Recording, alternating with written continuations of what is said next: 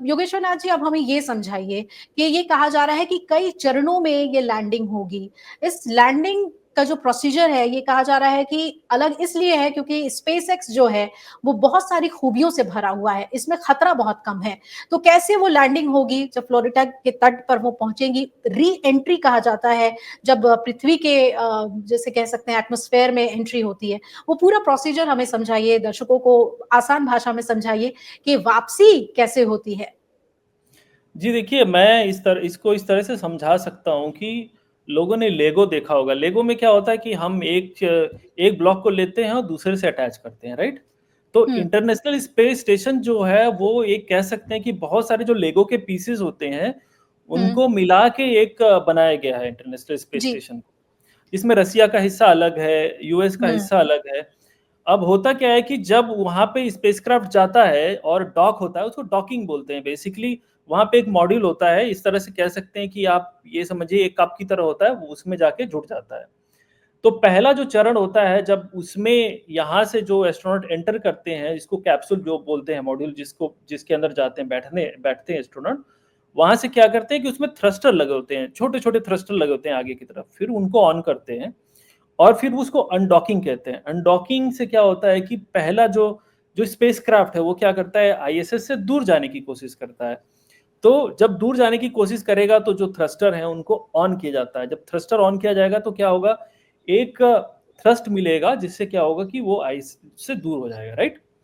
जी, दूर होने के बाद क्या होता है कि देखिए, अब दूसरी चीज़ मैं आपको ये भी बताना चाहता हूँ, दर्शकों को ये भी बताना चाहता हूँ कि जो इंटरनेशनल स्पेस स्टेशन है, ये हमारा जो है वो लोअर अर्थ ऑर्बिट में है, जिसको लियो जी, बोलते हैं। लोअर अर्थ ऑर्बिट का मतलब कि ये 400 किलोमीटर ऊपर घूम रहा है। धरती के चारों तरफ 400 किलोमीटर ऊपर घूम रहा है और उसकी रफ्तार जो है, वो 28,000 किलोमीटर पर आवर की है। इसका मतलब ये है कि हर 90 मिनट में एक चक्कर लगा लेता है पूरे धरती का आईएसएस, ठीक है? हुँ, तो ये समझिए कि एक दिन में 24 घंटे में 16 चक्कर लगाता है। इतनी फास्ट वेलोसिटी इसलिए होती है उसकी, जी, क्योंकि अगर बहुत ज़्यादा वेलोसिटी नहीं होगी तो गुरुत्वाकर्षण की वजह से वो गिर सकता है धरती पे, ठीक है? हुँ, हुँ, इसलिए इसको बहुत फास्ट घुमाया जाता है।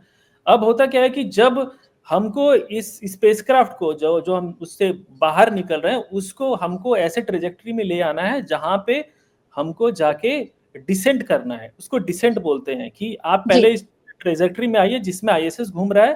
पहले हुँ, इंटरनेशनल स्पेस स्टेशन से दूर जाइए थ्रस्टर का यूज़ करके।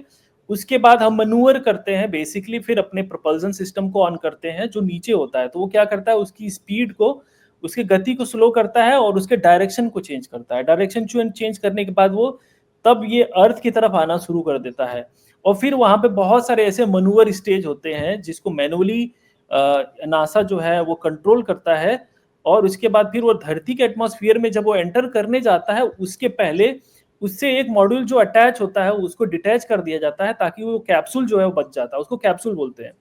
और हुँ, कैप्सूल के नीचे जो होती है, ये बहुत बड़ी सील्ड होती है, क्योंकि जब हमने देखा है कि जब स्पेसक्राफ्ट एंटर करता है अर्थ के एटमॉस्फेयर में तो बहुत ज़्यादा आग की लपटें निकलती हैं, क्योंकि टेम्परेचर बहुत ही हाई होता है। तो उसी को जो सबसे सील्ड, चैलेंजिंग माना जाता है। उसको सबसे चैलेंजिंग माना जाता है। तो सील्ड जो हुँ, है वो उस चीज़ को सस्टेन करनी चाहिए, जो हीट हुँ, उससे जनरेट होती है। और जब वो चीज़ सस्टेन कर लेती है, तब वो धीरे-धीरे जब वहाँ पे उसको मैनूवर किया जाता है, फिर जब वो आना शुरू हो जाता है, तो फिर क्या करते हैं कि जो हमारे जो उसपे बेसिकली पैराशूट्स जो लगे होते हैं वो खुलते हैं। और जो अब देखिए यहाँ पे एक चीज़ बताना चाहूँगा, जो स्पेसएक्स और ये बोइंग का जो है दोनों स्टारलाइनर, जो, जी, हाँ, इसमें अंतर यही है कि जो बोइंग का जो सिस्टम था वो सॉलिड सरफेस पे भी उतर सकता है। तो आप जो उसका हुँ, नीचे वाला हिस्सा है, उसमें हुँ, भी बलून लगा होता है। इससे क्या होता है कि जो सॉलिड सरफेस है, वहाँ पर हुँ। भी वो नीचे धरती पे आ सकता है, ग्राउंड पे आ सकता है। जबकि जो स्पेसएक्स का है वो हमेशा पानी में जाता है, हमेशा पानी में वो गिरता है, क्योंकि उसके नीचे ऐसा कोई सिस्टम नहीं लगा हुआ है जो कि बचा सके उसे। तो इसलिए वो पानी में जाके गिरता है। अगर आप ये वीडियो YouTube पर देख रहे हैं तो हमारे चैनल को सब्सक्राइब कर बेल आइकन दबाएं और Facebook पर देख रहे हैं तो हमारे पेज को लाइक करें। 8 मिलियन प्लस सब्सक्राइबर, आपके इस भरोसे के लिए बहुत धन्यवाद।